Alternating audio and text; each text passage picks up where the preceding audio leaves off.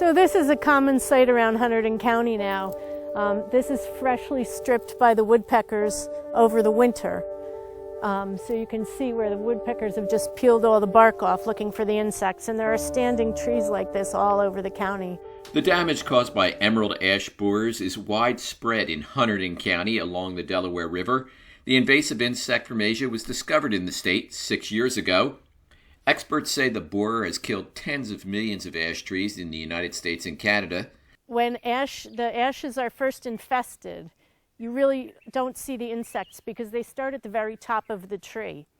So the females will go up to the top and start eating the leaves at the top of the tree. So the infection kind of starts at the top and works its way down. The bug larvae live under the tree bark.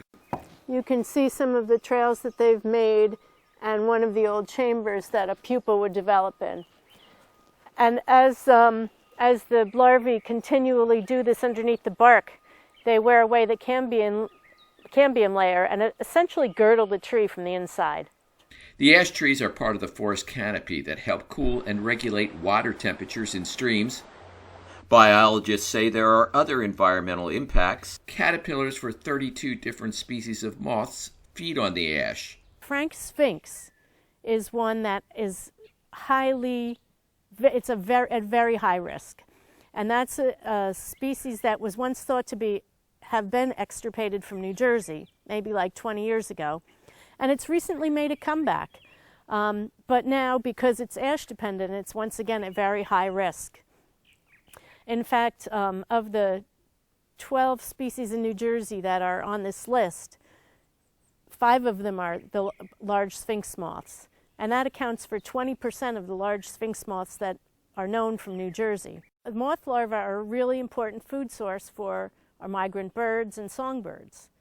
Some songbird species will catch like 1,000 caterpillars. The damage is expected to be severe in the Sourlands Mountain region of New Jersey. The loss of the ash trees has significant impacts on vernal pools, small water bodies that fill up each spring but have no fish to eat the amphibian tadpoles. Research shows the loss of the ash trees could be having an effect on wildlife using the vernal pools. But here, our invertebrates, our amphibians, all rely, again, on that leaf litter.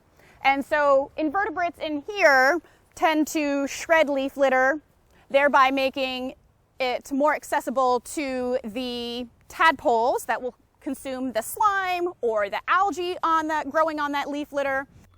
One study shows the ash leaf litter is important for the development of wood frog tadpoles. Results from the study that was performed in 2013 confirmed that wood frog tadpoles that fed in a vernal pool that had a dominant leaf litter of green ash actually developed faster, had larger bodies, and had a higher survivability than wood frogs that consumed leaf litter of other species. There are some species in the state of New Jersey and throughout the Northeast that only breed in vernal pools, and wood frog species are one of those. The loss of the ash trees could have a negative impact on the health of the vernal ponds and the sub-watersheds that drain into the Delaware River.